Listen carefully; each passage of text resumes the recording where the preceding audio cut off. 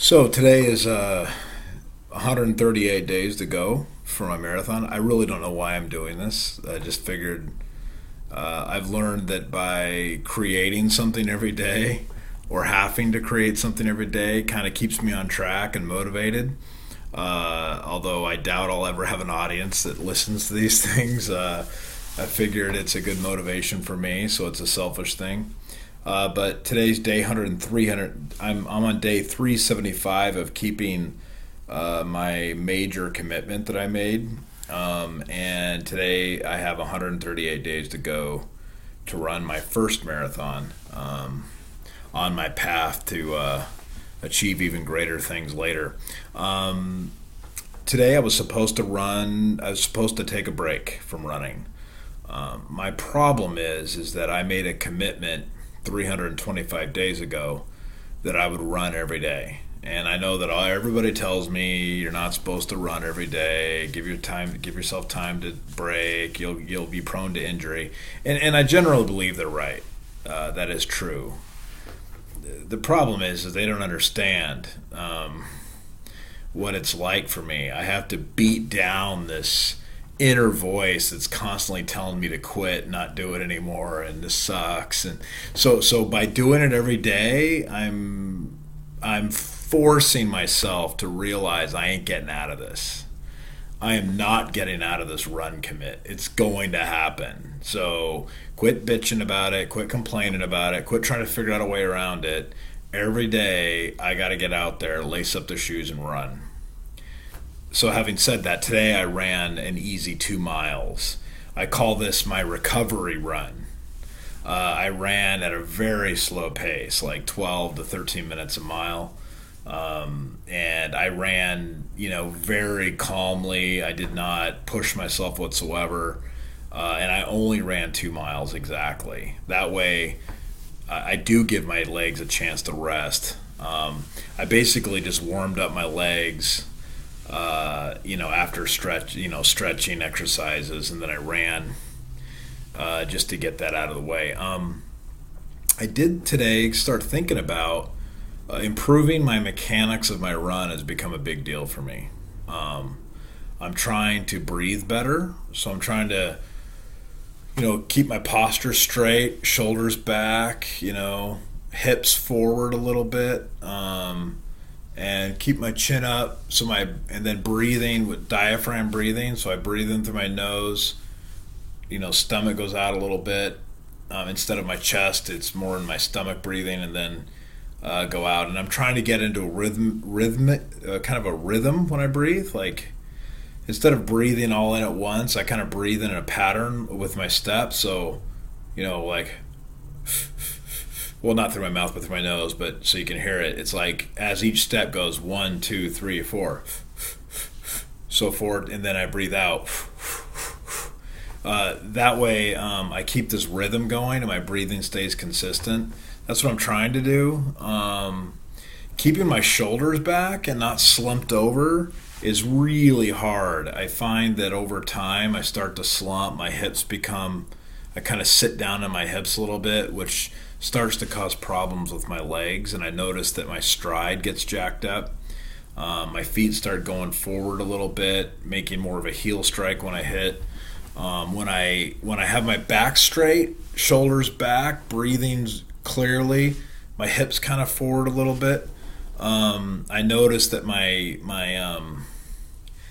feet, when they hit the ground, they hit right underneath me, which definitely, it's very simple physics. I mean, instead of putting my foot out in front of me and causing myself to slow down as my feet hits the ground, causing all that shock to come up my legs, now it's like my legs are underneath me and I'm using my feet on the ground to propel myself forward, but I'm not slowing down my momentum anyway.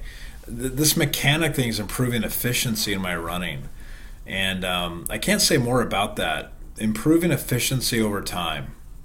The 365 commitment has taught me that as I habitually do something every day, I become more efficient about it.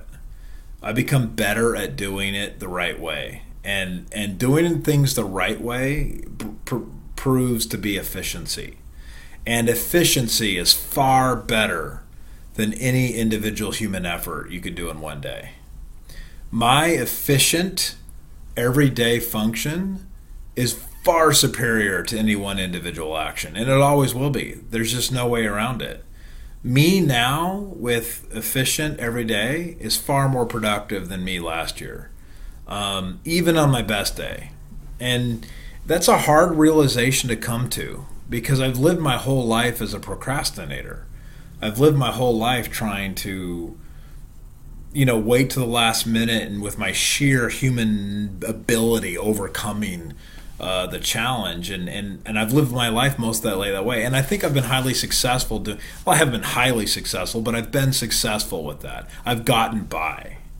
And I did ever since I was in school, even in elementary school. I would get by and pass the class or do okay on the test. But did I ever excel? No. And the reason is because I wasn't putting in the work every day, gaining that efficiency. Probably the best way to learn this is by doing math. People that are really good at math learn this intrinsically. You only become good at calculus or high advanced math concept with everyday repetition. The more you do the problems, the more you think that way, the more efficient you become at recalling the processes and the methodology of doing a problem. And the more efficient you become, the more complex problems you can solve. The compilation of all these efficiencies you've gained becomes an insurmountable genius.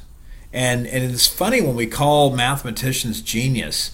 A lot of mathematicians I've met, or a couple I've met, they're very smart, but when you talk to them about their level of genius or their prowess with math, to them it's like it's nothing like intrinsically genius. It's just I've done this every day and I've learned everything I need to learn and I've become very efficient at it.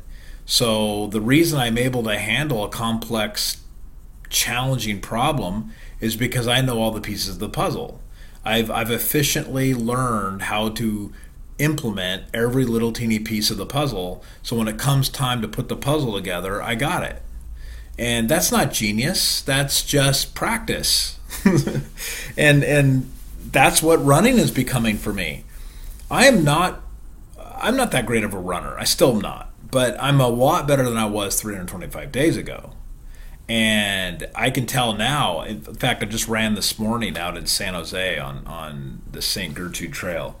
So I'm out there running, and I see people out there running where, when I first started this and I had to run in San Jose, I was the dog slow one, the one with the shoulder slumped over, tired, drudgery. My legs are barely moving. I'm not even breathing. I'm looking at the ground, and I'm running chin up, shoulders back, arms perfectly straight, legs generally straight, hips forward, feet striking right underneath me.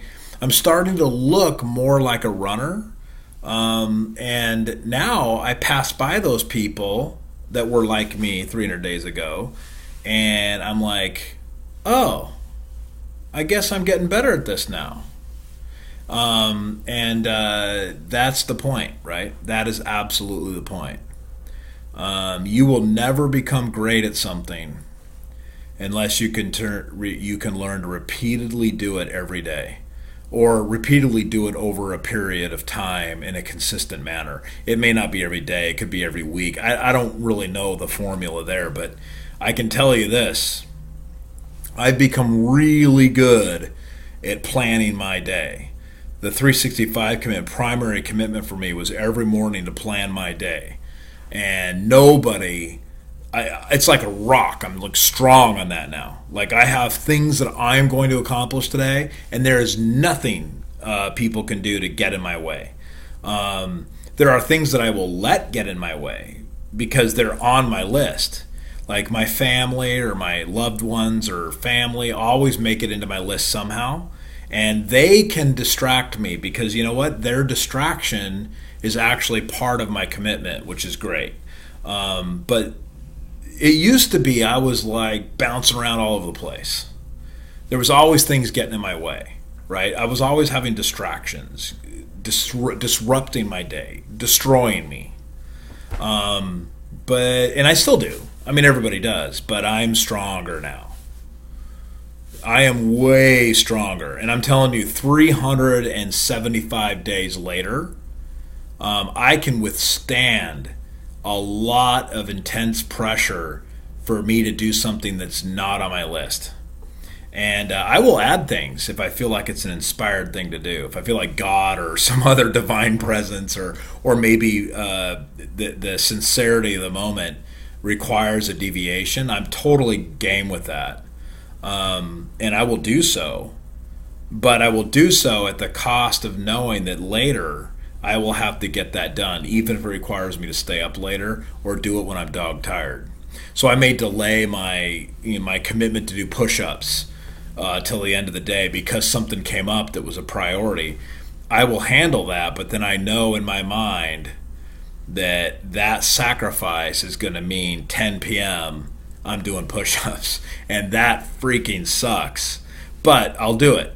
So that's day 138 for you. Fight that inner voice.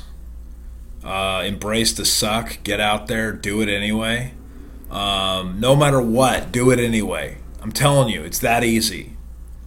The path to personal strength is absolutely just doing it anyway.